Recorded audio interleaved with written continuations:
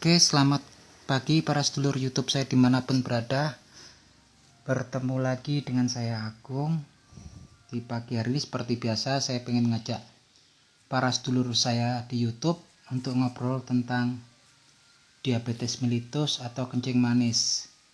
Nah, di hari ini saya pengen ngajak ngobrol teman-teman, dan saya pengen share tentang tanaman atau tumbuhan herbal yang memiliki potensi untuk mengobati penyakit kencing manis atau diabetes mellitus, khususnya diabetes mellitus tipe 2 ya. Jadi diabetes tipe mellitus tipe 2 ini adalah dimana kondisi sebetulnya pankreas daripada tubuh manusia yang menghasilkan insulin yang fungsinya untuk menurunkan gula darah di dalam tubuh manusia ketika meninggi, itu produksinya masih bagus, tapi memang kadang-kadang insulin tersebut tidak mampu untuk penetrasi ke dalam sel tubuh manusia, yang kemudian kondisi itu disebut dengan nama resistensi insulin.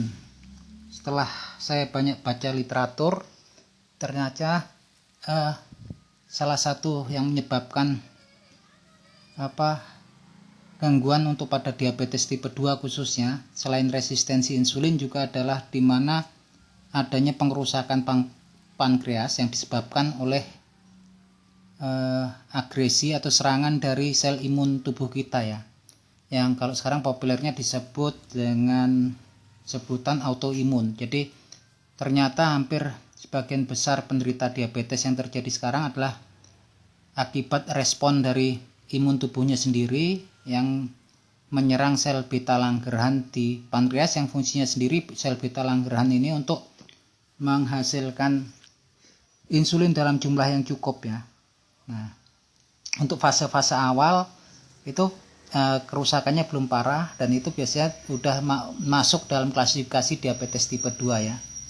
Kalau udah memang kadang-kadang produksinya berkurang sama sekali ataupun mengalami kerusakan, itu disebut fasenya udah diabetes tipe 1 atau independent diabetes mellitus. Independent itu artinya udah betul-betul butuh insulin dari luar untuk diasupkan ke dalam tubuh. Nah, sekarang saya ingin bercerita dikit tentang tanaman serai. Ya, tanaman serai ini banyak ya dijumpai di negara kita. Tanaman serai ini mengandung banyak kandungan kimia alami yang memang setelah diteliti adalah mampu untuk mengatasi sistem imun kita yang hiperaktif ya. Jadi untuk pertama kita mungkin akan bahas apa sih kandungannya dari serai itu sendiri. Jadi 1 sendok makan serai segar itu berdasarkan literatur mengandung kalorinya 5 mg, kalsiumnya 3 mg, kalorinya tadi 5 kilokalori ya. Kalsiumnya 3 mg, kalium 34 mg, mangan atau seng itu 0,2 mg, kemudian mineral magnesium 2,9 mg, zat besinya ada 0,4 mg.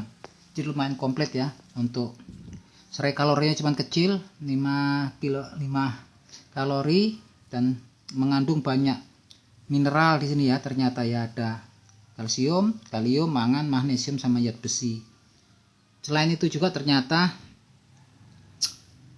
di dalam batang serai itu terkandung kandungan senyawa kimia alami ya, kimiawi alami yang bersifat antioksidan dan anti peradangan. Nah, di sini berdasarkan penelitian atau riset ada asam klorogenik, isorientin, dan swertiajaponin. Nah, ini yang ternyata berdasarkan penelitian, dan saya sendiri sudah merasakan efeknya.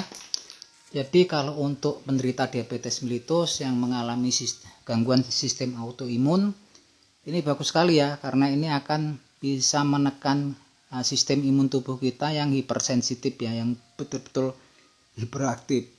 Yang paling khusus adalah untuk teman-teman yang sampai mengalami kondisi pengentalan darah akibat autoimun, itu sangat bagus sekali untuk mengkonsumsi rebusan air serai ya. Saya sendiri udah membuktikannya lumayan membaik kondisi tubuh saya. Selain mengalami kondisi seperti autoimun yang kadang-kadang darah saya sampai ngental, kemudian juga diabetes yang lumayan parah untuk kronis ya. Jadi untuk ngontrol gula darah itu saya agak kesulitan. Dengan konsumsi air serai yang rutin, itu biasa serai segar yang ditumbuk kemudian direbus dengan air kurang lebih 500 cc, maling nanti tersisa ketika mendidih 400 cc. 400 cc nya itu biasanya saya konsumsi pagi atau sore ya, jadi sehari 2 kali. Biasanya nanti 2-3 bulan kondisi tubuh kita atau kontrol gula darah kita, sensitivitas sel pada gula darahnya akan membaik. Bisa ditandai dengan penurunan gula darah ke arah yang normal ya, yang secara alami. Karena kadang-kadang kan kalau mengalami serangan imun terus, dia mengalami kondisi stres metabolik ya. Stres metabolik itu bisa terjadi ketika orang mengalami infeksi ataupun penyakit ya, infeksi atau juga terkena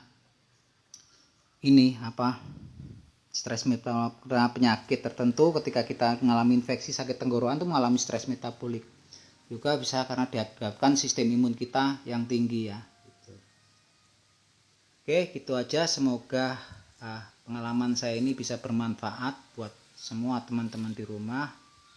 Dan saya berharap juga channel saya ini bisa jadi tempat ngumpul-ngumpul teman-teman yang mengalami masalah diabetes mellitus atau kencing manis atau mungkin keluarganya, sehingga dapat berbagi cerita atau share pengalaman untuk kemungkinan atau pengalaman untuk kemungkinan pengobatan diabetes mellitus ataupun untuk tata cara untuk mengontrol gula darah ya gitu. Oke, matur nuwun. Akhir kata saya selalu nggak lupa-lupa minta bantuan teman-teman untuk tombol subscribe-nya sama loncengnya ya teman-teman, biar nanti tambah besar bisa untuk ngumpul-ngumpul buat teman-teman semua. Oke, gitu aja. Salam seduluran dari saya Agung Wijanarko dari Kota Cianjur, Jawa Barat. Hatur nuwun.